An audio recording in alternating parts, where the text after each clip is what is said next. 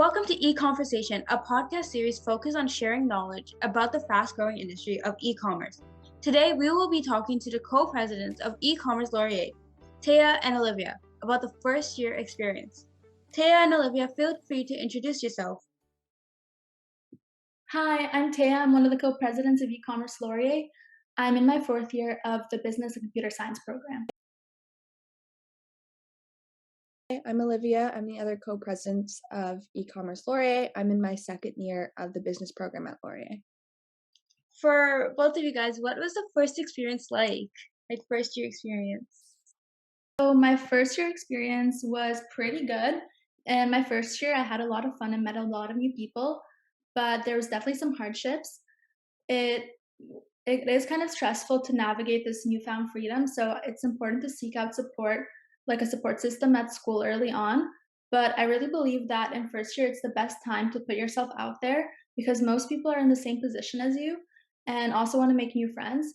So I would highly advise saying hi to even like the person sitting next to you in a lecture. In terms of academics, I quickly realized that just merely getting by in university wasn't going to cut it like in high school. So you have to start developing those study skills as soon as possible. Personally, my course load with a double degree was pretty heavy in first year, consisting primarily of math, economics, business, and computer science. But because I was trying to figure out how to manage everything, I actually didn't join any clubs in my second year. But I would definitely recommend it if you have the time because it's a great way to stand out in your co op application and also meet new people. But in my opinion, I think that the best thing about university is that everyone is at the same stage in life and we're all figuring it out together. So, whatever you're going through or feeling, trust me, you're not alone. And just kind of adding on, so my first year experience was a bit different. It was virtual, so definitely a switch from high school from in-person classes to virtual. And I'm sure even virtual high school is very different from virtual university. But I would say overall, it is a big switch in terms of course load. The first year courses are not like high school in terms of just like it's a lot harder. It's not exams are not exactly like the homework. You kind of have to learn how to study in a different way. And in terms of clubs, I didn't join any first semester, but I joined a bunch second semester, and it definitely was a great way to meet people, especially in the virtual environment, and kind of get a feel to as what the business program and community at Laurier was all about. Those are very interesting experience, but for me, it was slightly different. Mine was hybrid, so mine was actually online first semester, and I had one in-person class, which was a lab. Other than course load and everything else, what was the hardest first year course, and what are some ways to be successful in these courses? Personally, for me, CP 164 was the hardest course in first year in terms of computer science, and then BU 111 was the hardest in terms of business. And CP 164, I had the course with David Brown, and while he teaches it well, it can be kind of difficult. I personally didn't take any programming courses in high school, and the only prior computer science courses I had taken was CP 104. So I think it's definitely helpful to review some of the concepts beforehand. The labs for CP 164 are an hour longer, and I believe the assignments are also longer than CP 104. But in terms of business, I would say that BU 111 is harder than the other business courses in first year because it's your first experience with a business course, which can be very different from any other course, like a very different structure from any other course at Laurier. And I think that BU 111 was a lot of time commitment by having to meet with group members and having weekly labs, which have their own work on top of the lectures. But I would highly recommend going to the SI sessions to help with it, as well as just receive a few bonus points. But in terms of being successful, I think that a way to be successful in any course at Laurier is by attending the office hours. I think if you're in a course with a lot of students, which is usually the case in first year courses, then the professor may never get to know you unless you take the initiative. And I think that also most times professors can change their explanation process and adjust their pace to kind of match your learning capabilities, which can be very helpful, as well as receive any verbal feedback on your performance in the class. I also found that during midterms and finals, professors can also help drop a few hints of what material might be covered or not be covered in the exams. In my first year, I was enrolled in the computer science course where if you fail the final, you fail the course. So I was obviously like stressed about this. So I went to the office hours, and the professor told me exactly what chapters he was going to focus on and gave me examples of the type of questions that would be on the exam. And in addition to this, you can also ask about advice on your academic career path if the professor's experience aligns with your interests.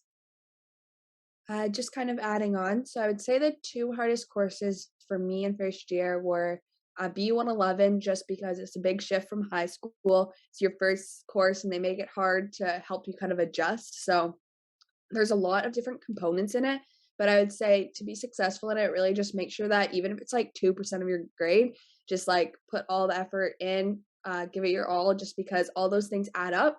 And it is super helpful if you can do well on one, so that if you don't do as well on another, it's okay.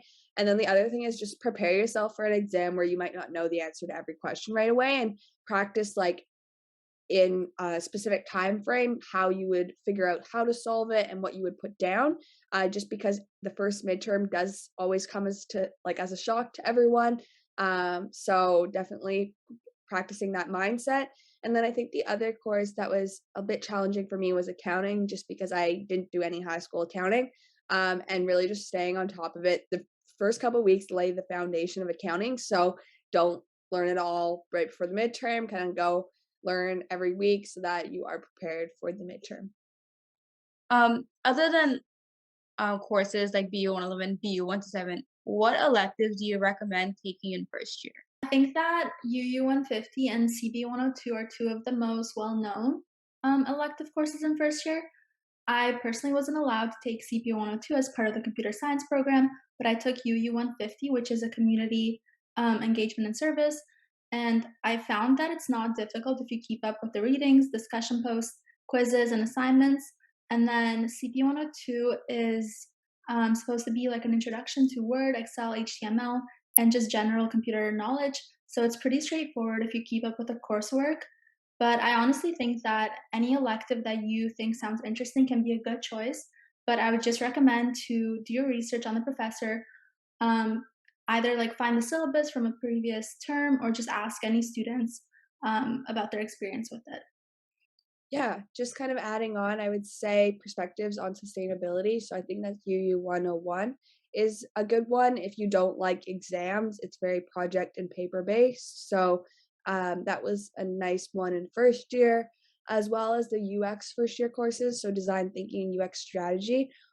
Again, not exam based. So lots of projects and assignments. As Taya was saying, you have to keep on top of all of it. But if you do everything and you kind of just keep up with everything, then you end up with a really good mark. So I would definitely say those would be some mark boosters. I highly recommend taking ES 110 too, because it's actually project based and paper based. What would you say, like, as we're making this podcast, what would you say is the biggest difference between high school and university? I think that the biggest difference between high school and university is just the increased independence. In high school, you're likely used to your teachers giving you frequent reminders of deadlines or reaching out if you've been away from school.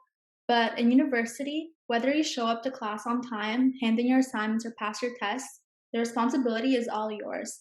And help and guidance are obviously available, but you're expected to take the initiative and seek out guidance when you need it. So I think that time management should play an important role for university students because the ability to prioritize is the key to maintaining balance between your school and social life.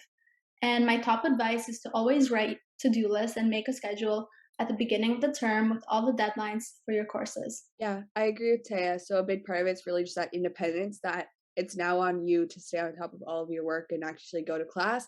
Another thing I would say is just the expectations change. Like the university is a lot more application based, and you'll see that through your exams and projects. Whereas high school, it's usually enough to just know the content or know the basics, but you'll see in BU 111, a lot of it is applying it. So kind of learning how to do that is a big change.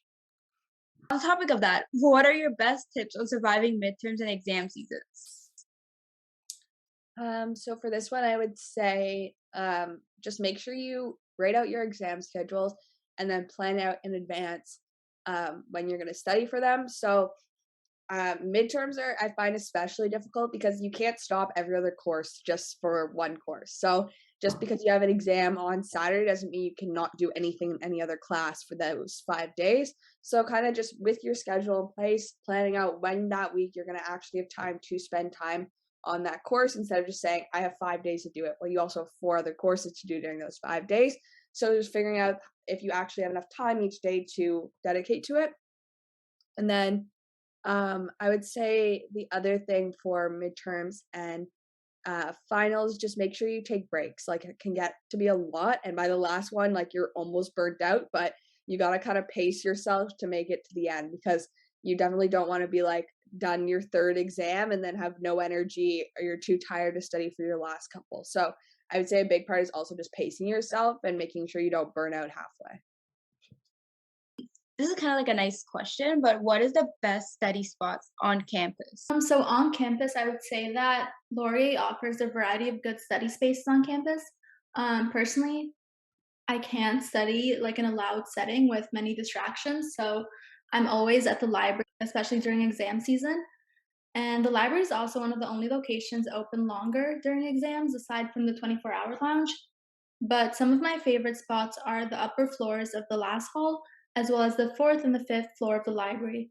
And for the library, if you're not familiar with it, the further up you go in both the last hall and the library, the quieter it will be. But if you're not looking for particularly like a quiet study session, then I would recommend studying on the lower floors. And then the 24-hour lounge and the concourse and the science atrium are great places to study with friends, but they can get quite busy during the day. And if you're looking for to book a space for a group project, I would say that the last hall and the library are the best options for that. What about you, Olivia? What are your opinions based on like the best study spaces? I agree with Taya for this one. So, lies in the library, just because I'm also like to be um, in my own space and not one to study in kind of louder places. But there's also lots of like nice coffee shops or more like group areas that you can study if you're more of a person who likes to study in groups. Other than that, what residence do you recommend in first year? So I think that Laurier offers like a wide variety of living accommodations, and each residence offers a unique experience for incoming students. I'm not exactly sure if all the residences offered are still the same as when I was in first year, but the residence buildings are always either a dorm style or apartment style. In first year, I was in an apartment style residence at 260 Regina, and I really loved my experience there. In an apartment, you have your own room and sometimes bathroom, and share the common spaces like the kitchen and the living room with typically 4 other people.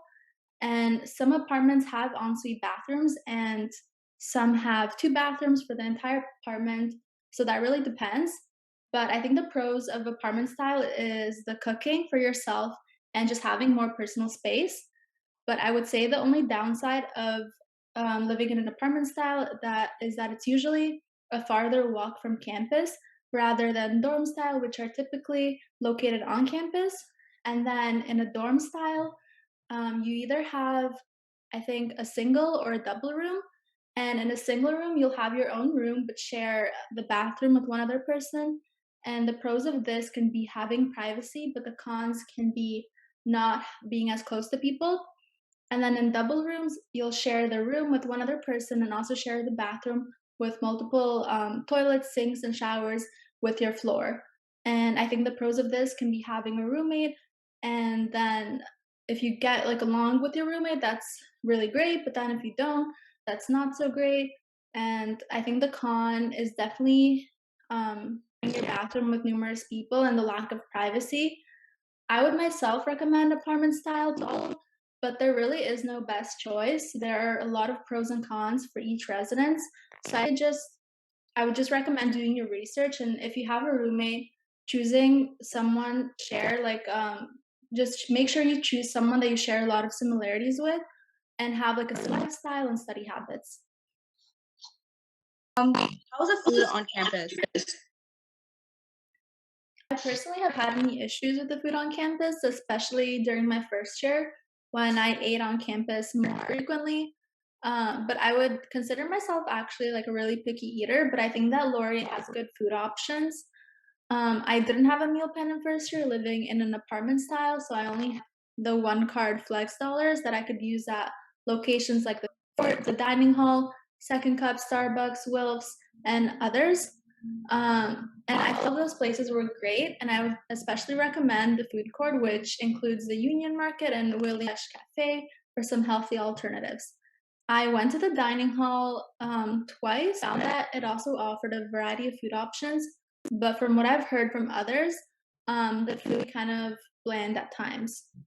I would just recommend the apartment style if you have the option, because you have the option to cook if you're used to home cooked meals. But at the end of the day, I believe that it all comes down to personal preference.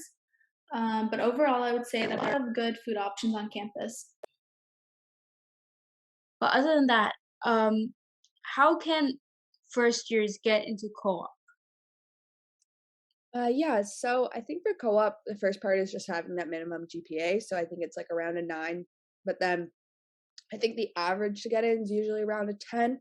But as long as you have that cutoff average, then you should apply. And then once they determine the average for that year, if you make that average, you automatically get an interview. And then really it just comes down to that interview and your resume. So making sure you have a balance. They're going to look for previous job experience, extracurriculars. So that's clubs, not only in first year, but in high school. And then they're also going to look, they ask you to include any volunteering. So that's first year and in high school. So I think a big part of it is just making sure you have a balance of all of them that you can talk about in your interview. And then just as always, practice before your interview so that you're prepared to deliver it in an effective way since you only have 15 minutes. And anything you don't say in that interview does not, even though it might be on your resume, it doesn't count if you don't say it in the interview time. What are some alternate options if you don't get into co-op or wasn't able to get the GPA? Yeah, so if you don't get into co-op, it's not a big deal. A lot of the jobs that are found on the co-op job board, you can apply to just through the websites of the companies. So it is a lot more work because obviously co-op puts all the jobs on a board and you don't have to go searching yourself. And it looks good if you're a co-op student, but not to worry, it will just take a little bit more time on your part to kind of look for jobs and apply. But I know the job, like the company I work for right now, I found before I got into co-op just looking online, and I've been with them since last March. And I'm going to do my first co-op placement with them. So you don't, obviously, it's not the end of the world if you don't get in. There's lots of other options. That's amazing to hear, Olivia. Thank you so much. How do you guys like stay on top of your academics while maintaining social life? I think for this one, part of it's just maintaining boundaries. So kind of don't say you're going to do it all in the weekend because you don't want to have to do 7 days straight of work. So plan your week so that you have really a 5-day like study week, and then you can catch up on do things that you maybe missed on the weekend. But that way you can step away a bit on the weekend, have some time with friends, and also try and structure your day so that you have time at the end of the day to relax and get ready. You're not studying up into the point you're sleeping every day. I think are good ways to kind of stay keep that balance. But really it just comes down to creating your calendar, making your to-do list, and making sure that you've set it during the Monday to Friday week. That's some great things to say. How can students get involved on campus or incoming students get So involved? so there's lots of ways to get involved. Once you find the ways, like it's quick and it's easy. There's obviously Student Union has a website where you can find all of the clubs. I think social media is a great way. Like if you follow clubs on Instagram, they're obviously posting all of their hiring. Usually general member sign up links are in every club's bio. So you can look through Student Union clubs and find ones you like. And once you find one that you like, follow them on Instagram, LinkedIn, whatever it is. And then you can kind of explore from there and stay up to date with anything that they might have coming up. Another specific way, if you're looking for business clubs, is go on the LASOC website. Under LASOC hiring, you'll see all the LASOC clubs, so 20 something, all post their positions there. So that's a great way to get an overview of all the clubs hiring. And ECL it can also be found there. So that's where we post all of our exec positions. But if you're not exactly sure what club you want to be a part of, or you not sure you're ready to apply to exec positions, general member I think is definitely the way to go. So like for ECL, we have our general member sign up form just in our bio. So does all the other Last Dot clubs. So that's a great way to start. Come out to our events, go see what the clubs are all about, and then apply from there. I would say don't apply to anything where you haven't gone to any of their events or know what they're about, because in the interviews, they're looking for you to show that you actually want to be a part of it, and it's not just for your resume. And that's kind of, you get the most of it out when you actually want to be a part of the club. So I would say before you go and apply, explore, go to their events, and then that's a great way to meet people and get involved. Other than that, like, what is something you wish you like have known in first year? In first year, I wish I would have known that education should always come first. And even saying it now, it seems like, yeah, that's obvious. But like Olivia was saying, it's so easy to become sidetracked when there's always something to do. And it may be difficult to say no when you want to make most of your time at university. However, it's so important to manage your time effectively. Just kind of adding on, I would say definitely the balance, figuring out that balance. And then the other thing is, I know all the profs say it, but don't expect your high school grades. Like don't get super upset when you see that first midterm mark and you're like, I've never got a mark that low. It's going to be okay. That's kind of time to regroup and replan for the rest of the semester. It's not time to like freak out, because I don't think anyone gets their high school marks on their first midterm in university. Your marks do drop, overalls and exam marks, so don't panic. Just kind of that as a learning opportunity to adapt and then move forward for the final. Some other advice for first year students is to just get to know wide people, like faculty, staff, students. I think that networking is really important because it's all true that who you know is just as important as what you know. So try to get to go to network events that clubs like ECL offer to hear about some of the professionals in the field you're interested in, because most times you can really have like an eye-opening experience. I agree with everything Taya said. So make the most of it. I feel like first year is the best year to kind of just explore, try as many things as you want, be a general member in a bunch of different clubs, and even just try different classes. In second year, you have to take more BU, so it definitely doesn't get easier. So I think first year is a great year to just try different things, try and meet as many people as you can, as Taya was saying, and just learn what university is about, because then you have a good foundation for the next 3 years, because it really doesn't get easier. Thank you for listening. If you enjoyed today's podcast, follow us on social media and visit our website to keep up with our future episodes. Feel free to comment or any questions or content you want us to cover.